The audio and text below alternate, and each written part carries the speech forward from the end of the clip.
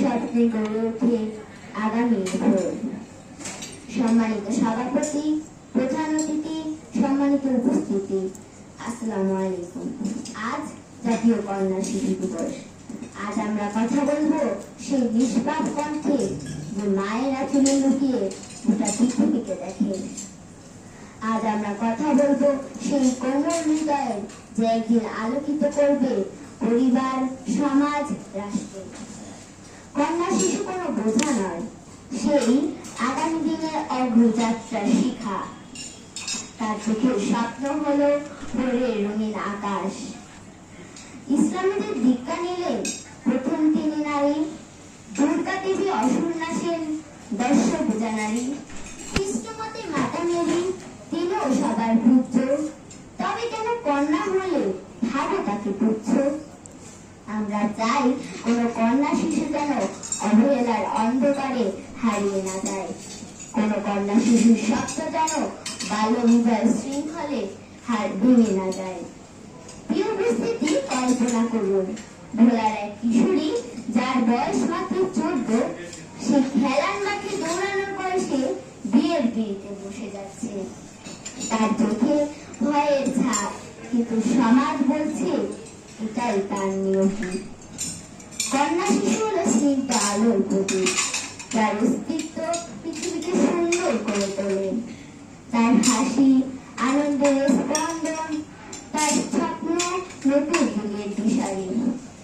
কন্যা শিশু সেই ফুল যা নিজের সৌন্দর্য শুধু একটি বাগান নয়, গোটা পৃথিবীকে সজীব করে তোলে।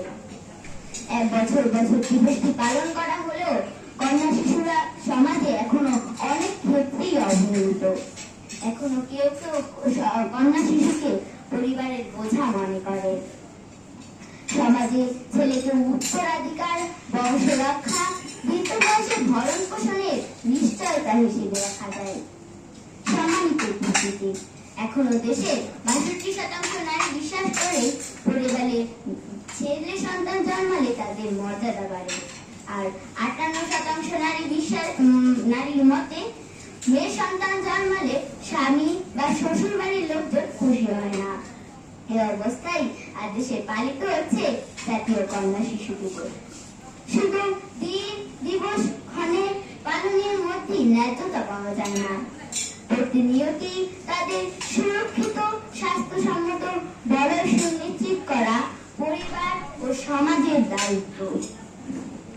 আমাদের মতো উন্নয়নশীল দেশগুলোতে সব মানুষ লড়াই করে বেঁচে থাকে, সেখানে কন্যা শিশু কতখানি নিরাপদ প্রশ্ন থেকেই যায়। প্রিয় উপস্থিতি, গৃহকর্মী হিসেবে 12 থেকে 13 বছরের কন্যা শিশু লালন পালন করছে 1 থেকে 4 বছরের ছোট বাচ্চার দায় দায়িত্ব। 2025 সালে জানুয়ারি থেকে জুলাই পর্যন্ত 306 জন মেয়ে ধর্ষণের চেষ্টা ও ধর্ষিত হয়েছে। এর মধ্যে 16 জন শিশু মারা গেছে ধর্ষণ বা যৌন নির্যাতনের পর। 2024 সালে 9 মাসে 7 জন গৃহকর্মী নির্যাতনের শিকার হয়েছে। এর মধ্যে 11 জন হত্যার শিকার হয়েছে এবং 1 জন আত্মহত্যা করেছে। আমি কন্যা শিশুর স্বপ্ন করি, সাহসী লড়ি, দেশের কল্যাণে কাজ করি। সত্যি এক অভাবনীয় প্রতিপাদ্য বিষয়। কন্যা শিশুর যাবিত জীবন আনন্দময় এবং সাবলীল গতিতে এগিয়ে নেওয়ার জন্য পরিবর্তন প্রয়োজন নিজ আঙ্গিনা এবং পরিবার থেকে। অগণিত কন্যা শিশু সুস্থ থাকুক, ভালো থাকুক, জীবন হোক নিরাপদ এবং নির্বিঘ্ন। ধন্যবাদ সবাইকে।